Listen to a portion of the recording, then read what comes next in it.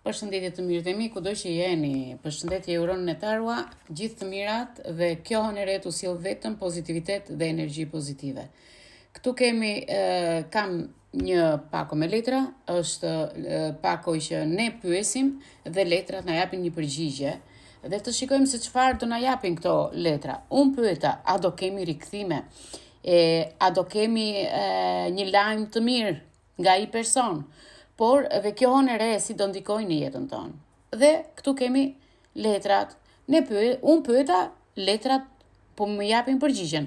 Po vazhdoj me letrën e parë, është parashikim i përgjithshëm,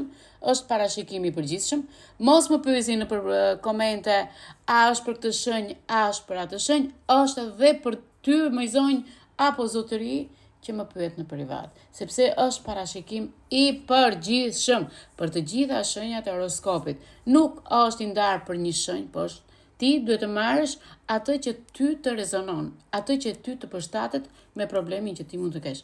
Vazhdoj me letrën e parë. Letra e parë është të dëgjojmë intuitën. Intuita juaj këtë moment shikoj që është plotësisht e besueshme, e saktë. Shikoj që në këtë kohë po dëgjoni udhëzimet brenda shpirtit tuaj dhe me sa shikojmë këtu, shikojmë që ka diçka të bukur, nuk mund të gabosh dhe nuk të falet më të gabosh në jetën tënde sepse je rritur aktualisht. Shikoj që je një femër ose një mashkull inteligjent, i zgjuar, ke filluar të marrësh mesazhet nga universi dhe shikoj që ëngjët këtë moment po t'japin disa mesazhe dhe këto mesazhe janë për fillimet e reja. Shikoj që ti e beson në veten tënde dhe ke një besim që ndjenjat e tua po rrethohen nga përjetimet që po kalon, nga gjërat që po mendon, por vështrimet e njerëzve të tjerë dhe ndjenjat që ti ke janë motive të tjera ose është diçka e vërtet që është krejtësisht e saktë. Mbasi ti mund të mendosh gjëra të tjera, por duhet të dëgjosh intuitën. Nuk ke nevojë të vësh në dyshim ato që ti din në të vërtetë dhe ato që ti ndjen në të vërtet. Vem tek letra e dytë. Letra e dytë më thot mos ndalo. Nuk është koha për të dorëzuar. Vazhdo të lëvizësh në drejtimin e shpresave dhe të ëndrrës tënde. Dëgjoj planet e tua dhe vazhdo me planet që ke përpara.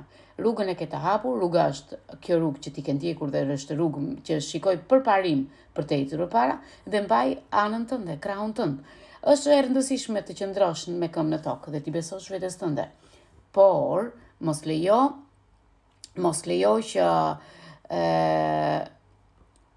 që të tjerët të friksojnë, sepse ke njerëz që të thonë hiq dorë, ose mos e mendo atë person, ose kanë njerëz mendimet e tyre, por ti ke vizionin tënd, ti duhet të dëgjosh zemrën tënde, duhet të ndjekësh zërin tënd të brendshëm dhe të vazhdosh rrugën tënde, kursin tënde të duhur. Dhe më thotë, duhet të falësh. Unë kam thënë gjithmonë, falja është një mrekulli. Që të lëshosh të kaluarën, apo personin që ti ke pasur për në zemër, është sikur të heqësh një peshk nga shpirti jot, nga kurizi jot, nga supet e tua. Dhe është një ndjenjë lirie që ty të peshon me kohë të gjatë. Kërkohu ëngjëjve të ndihmojnë dhe të largosh gjithë trishtimin dhe dhimbjen që ke. Që ai person ta shkaktoj ty në një mënyrë që ti të jesh e lirë të ecësh përpara. Kjo hënë e re të tregon që ti tani me këtë letër, me këtë energji, duhet të falësh veten që i ke dhënë kohë atij personi. Është koha për të hequr dorë nga ndonjë faj që ti po mban në lidhje me gabimet e së shkuarës. Me këdo, okay? Jo vetëm me personin që ti ke në zemër, në mendje apo në shpirt. Por dhe mund të kesh diçka me vllajin, me babain, me një shoqe, me një mik, duhet të falësh. Të heqësh dorë nga faji dhe të japësh vetes tënde merita dhe të japësh vetes tënde kulturën që unë jam mjaft të fal. Ti ke rezultate shumë pozitive, por e gjithë inati që ti ke brenda vetes tënde nuk të kanë dhënë rezultatet e duhura. Shikoj që ti do kishe dashur të ishin ato rezultatet që ti ke menduar gjithmonë dhe asnjëherë nuk ke marrë ato rezultat që ti ke pritur nga ëngjëjt. Më vjen shumë keq. Tani do të jap një këshill. Përqendro në ndryshimet që ke bërë dhe atëherë do të shikosh që ai person do të jetë një person i mirë dhe ai person je vetëm ti. Je ti zemra ime. Manifestoni ditën e sotme sepse është hëna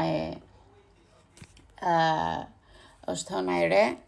Kjo hënë e re ka shumë gjëra të mira, është një hënë që të na sjell shumë ndryshime.